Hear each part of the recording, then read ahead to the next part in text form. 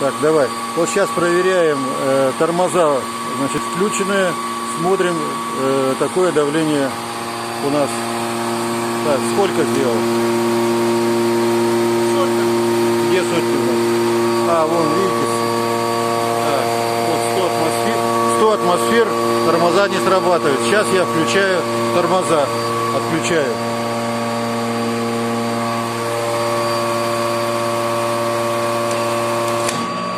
Вот видите, сразу же срабатывают тормоза, и все работает нормально. Как только давление управления дал 30 атмосфер.